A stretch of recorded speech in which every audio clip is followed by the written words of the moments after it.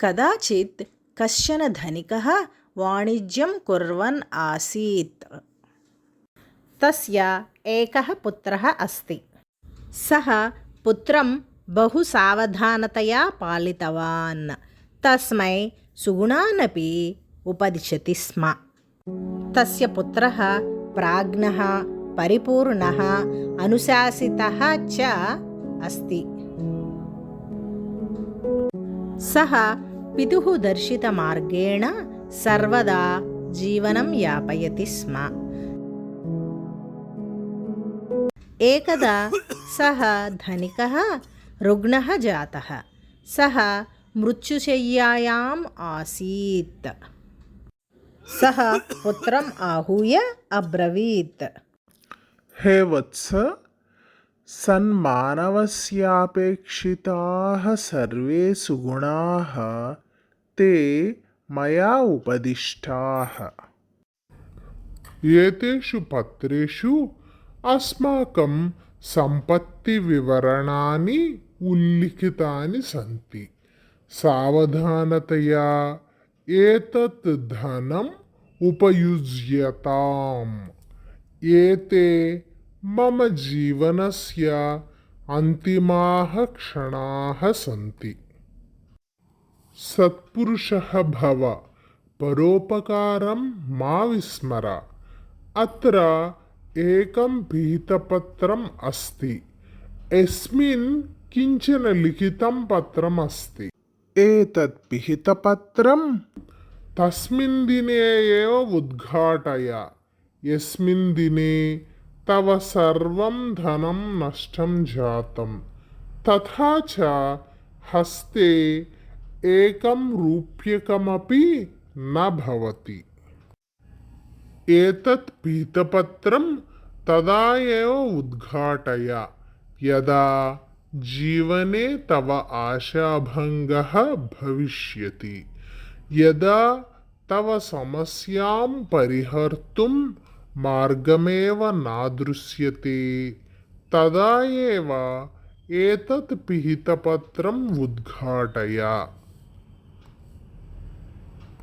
इत्युक्त्वा धनिकः अन्तिमः निश्वासः कृतः।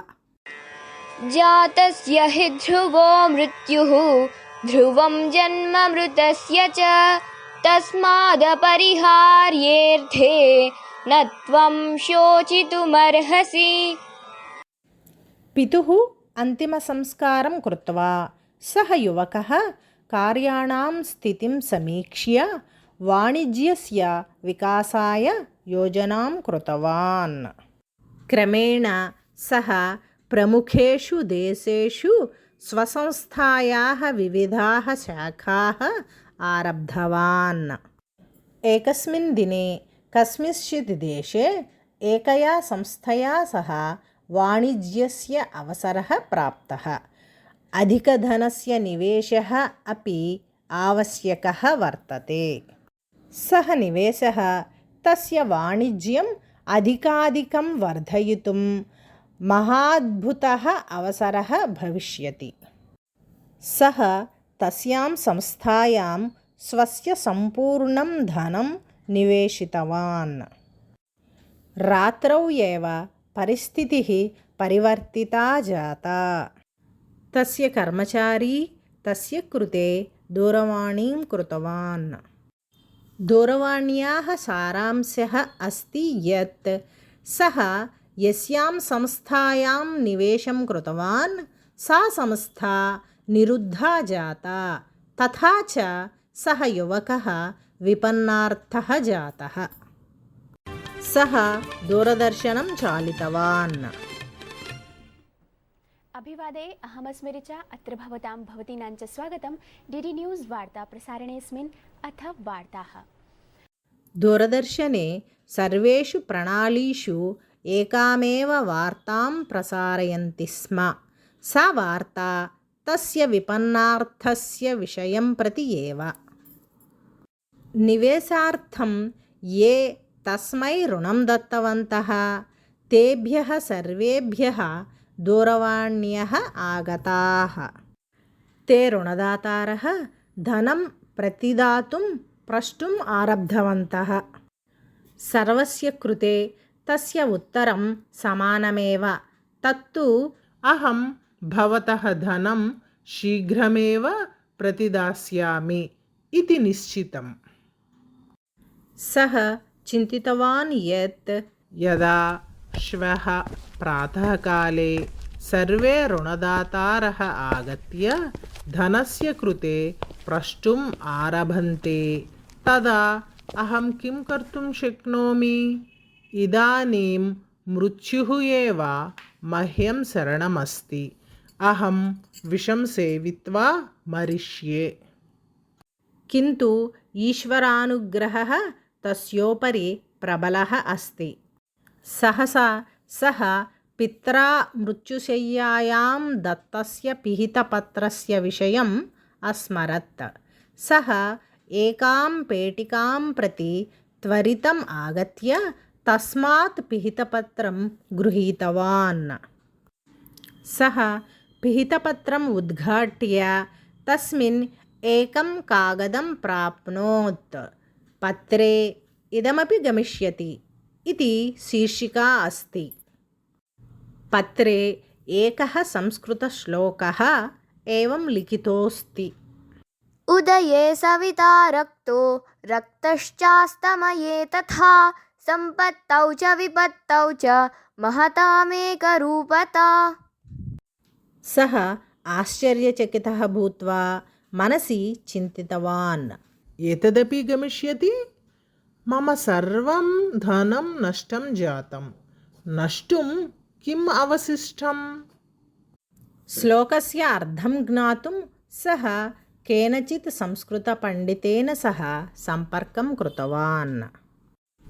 पण्डितः अवदत्, तस्य अर्थः अस्ति यत् उदये अस्तमाने च सूर्यः रक्तवर्णेन दृश्यते। महापुरुषाः अपि शुभाशुभसमये समानाः एव तिष्ठन्ति इति। सः युवकः चिन्तितवान् यत् मम मार्गात् कष्टानि दूरं गमिष्यन्ति इति द्रष्टुम् एतेषु कठिनेषु क्षणेषु साहसेन स्थातव्यमित्यर्थः। इत्युक्ते मम समस्या गमिष्यति। सः युवकः शोकात् निवृत्तः अभवत्। सः उद्घोषयत्, मम पिता कियान् महान् आसीत्। सः मां सुगुणैः पालितवान्।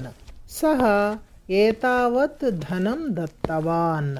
अधुना च सः एतेन पत्रेण मम प्राणं रक्षितवान्।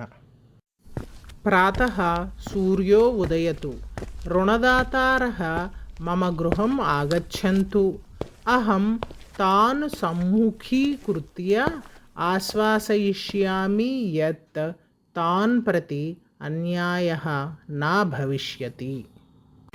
अपरस्मिन् दिने प्रातःकाले सः वार्ताः श्रोतुं दूरदर्शनं चालयित्वा विस्मितः जातः। वार्ताप्रसारणेऽस्मिन् अथ वार्ताः। नवीनतमसमाचारः अस्ति यत् वस्तुतः या संस्था निरुद्धा आसीत् सा भिन्ना संस्था, न तु या संस्था निरुद्धा इति ह्यः निवेदितम् अस्ति। एवं कथायाः समाप्तिः सुखदा जाता।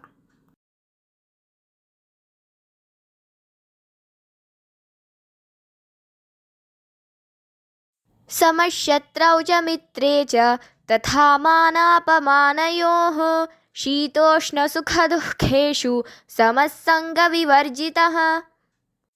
यः शत्रौ च मित्रे च समः मान अपमानयोः अपि तथा समः एव।